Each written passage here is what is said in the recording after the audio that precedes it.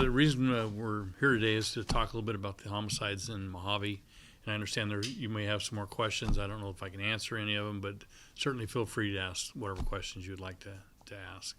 For me, just to start, that area that we're talking about in question, kind of hard to access. There's only a couple ways in and out of that area.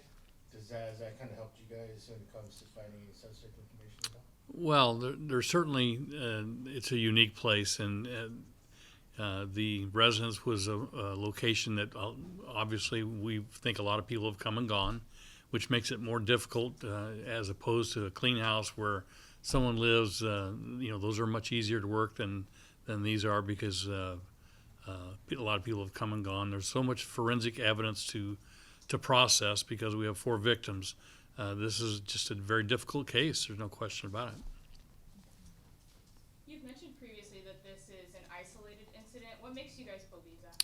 Well, we believe from our research, from talking to people, the way this occurred, that this is probably not like a school shooting where someone shoots up the school for no apparent reason. Obviously, there's a reason that this happened, and we're trying to nail that down. But all the information leads us to believe that the community is not in danger with someone going out and committing another mass murder. And do you guys have a motive at this point? We don't actually have a motive per se, but we obviously from the lifestyle of the residents, we found some drug paraphernalia. This has the implications of a drug house, and bad things happen in places like this. Now, I've been there at the community ever since it kind of started, so back and forth from Mojave. Many of the people I've spoken with told me that they kind of feel unsafe kind of off the get-go because they kind of feel there's a lack of deputy presence. Since this situation, is there a plan to kind of have more deputies there or sheriffs there? There is not. I have no more extra deputies. Every community in the county is suffering from a lack of personnel in vacant positions, including Mojave and Roseman, Ridgecrest. You can pick any substation you want.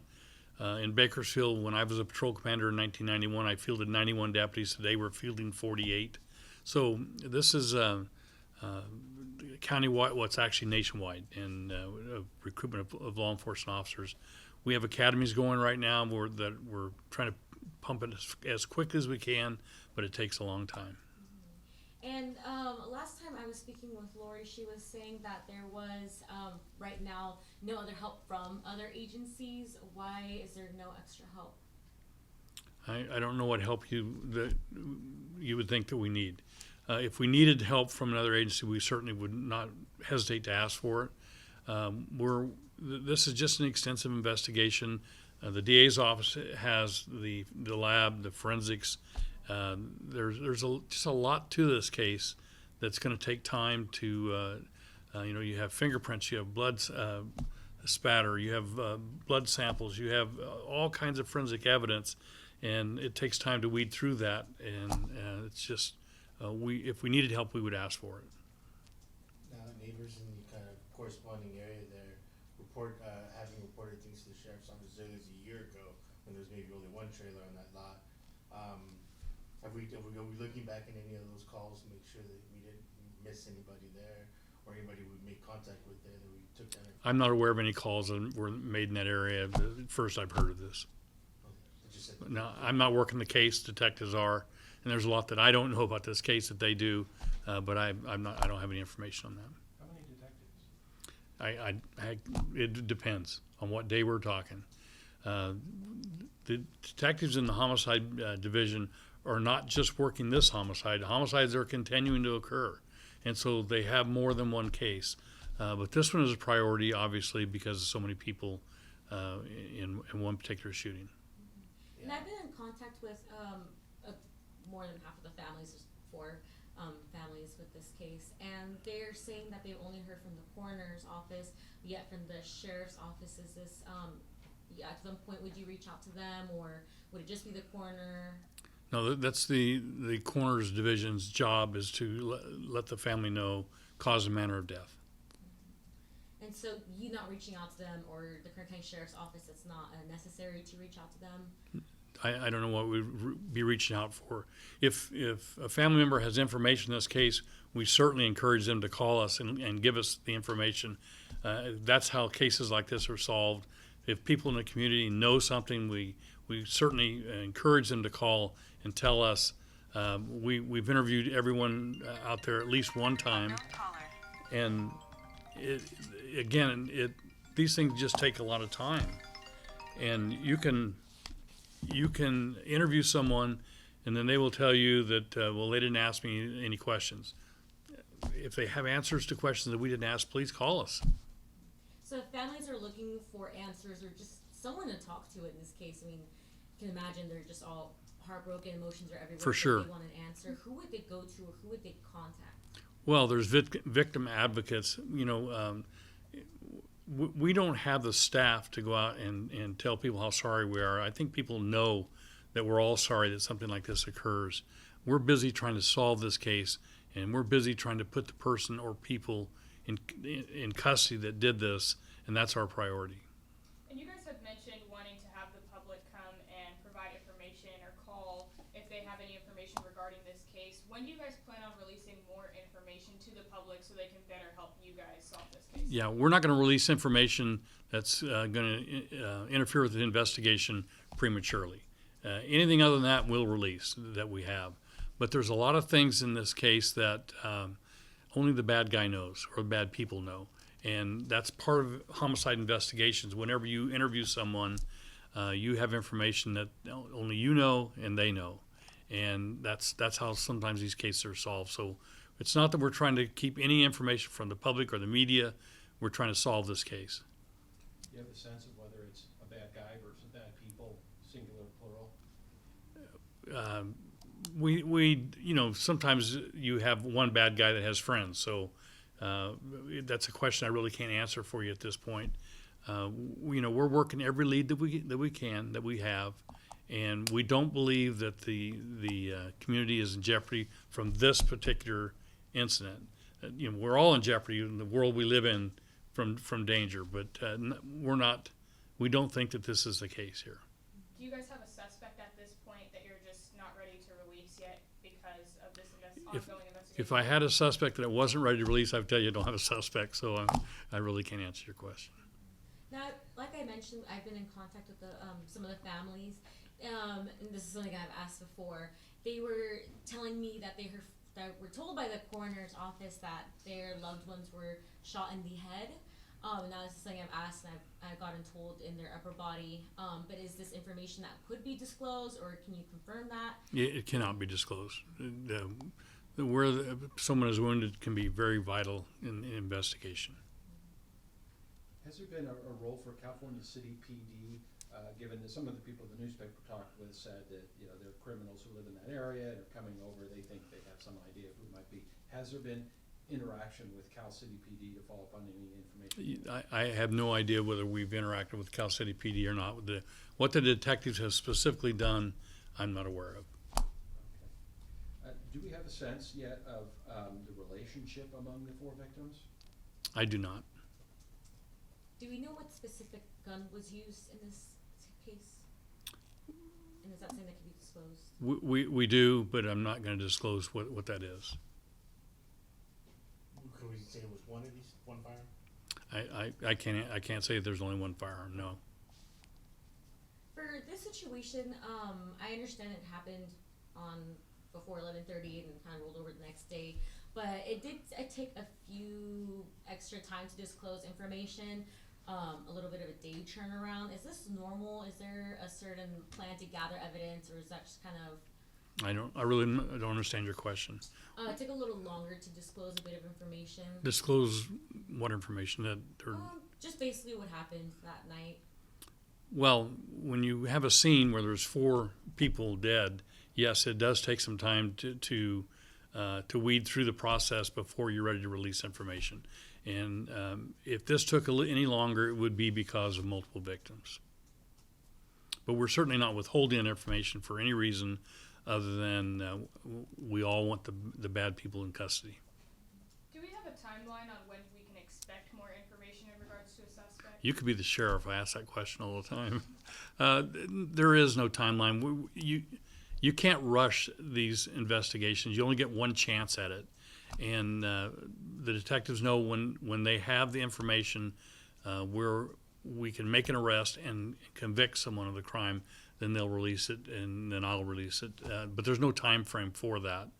I wish there were, but there's just not. Jeff, this particular year, I think homicides are down, if I'm wrong, but are we still working on cases like this and cases from years past as well? Is that what makes the Well, you voting harder? have old cases that are several years old. No homicide case is closed, but sometimes it gets to a point where it's cold and it requires a new piece of information to activate it to where you're really going, actively working it. Then you get the cases that occurred this week and last week and the week before. Then you get something like this, and you may have one detective that's working 2 or 3 of those different cases, depending on the call out when this occurs. So it's we don't have 50 deputies working homicides. We don't have that number of staff. Whenever we have a homicide like this, there's probably 10 or 12 people that are called out to work this type of case. You mentioned that this is an isolated incident and you're not believing that residents in the Mojave area are at risk. Do you believe that the suspect might have left the area or is still in Mojave? Well, I'm going to make sure that I clarify. When I say this is an isolated incident, I don't mean that we know who this is and this person's not going to hurt anybody else. What I'm saying is we don't think this is someone randomly going to a school, shooting people, and tomorrow they're going to go to another school or next week.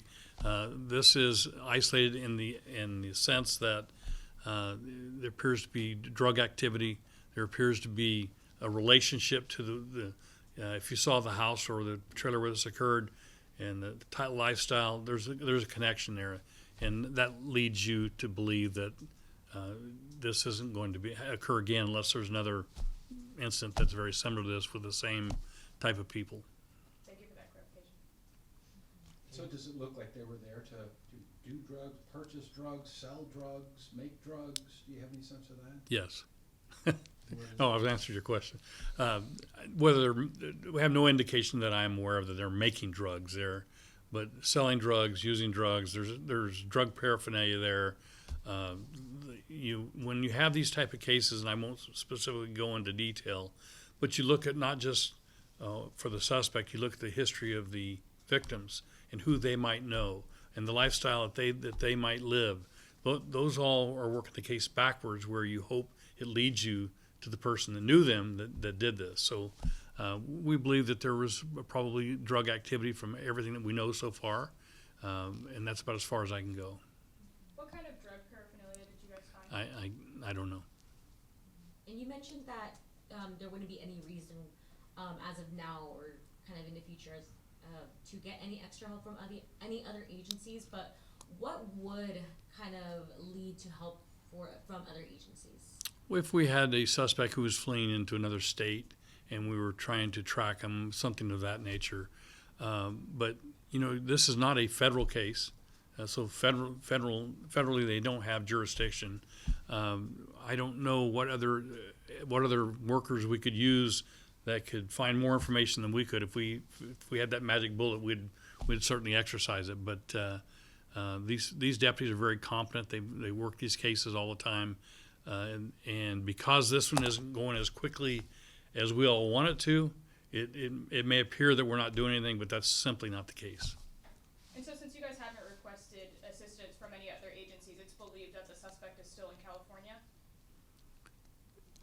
We have no reason to believe our suspect or suspects have left the state of California, would be a better way of putting it. If we had that type of information, we would probably be using other agencies. Now you mentioned that you don't have enough people to kind of go around and go to the family and door knock and kind of give your sorrow, but now having the chance right now, what would you say to the families? Well, as I would say to any homicide victim's family, this is a part of our society that we need to fix. We're seeing violent crime go through the roof. This is our society, and we need to fix that because every time we have one of these, there's several family members for each victim who are traumatized by this, and it really is it's sad. mentioned there's a lot of different kinds of forensic evidence and a lot of it. Has any of it been particularly helpful so far? It's all helpful, to be honest with you. That's, forensic evidence is one of the things that helps us solve a lot of these cases. So have you got any that might be, so my guess is the blood spattering maybe was of the victims. I suppose it could have been some of the suspects too. Do you have any sense that you have evidence that links you to people versus just the victim? I have no information. On whether you have that? To answer your question, I personally have no information. Whether detectives have leads, that may or may not be true, but they don't tell me what they don't want me to tell you. Okay. Is that including things like cell phones and things like that? Anything that they don't want you to know, they don't tell me, and that's the way it has to be, because these cases are really contingent upon connecting the dots. And if you release the dots before they should be released, you really can have a negative impact on the investigation. Anything, if the suspect or suspects sees something, reads the newspaper, sees TV, is there something you would say to that person, given that you're going to report your comments? No.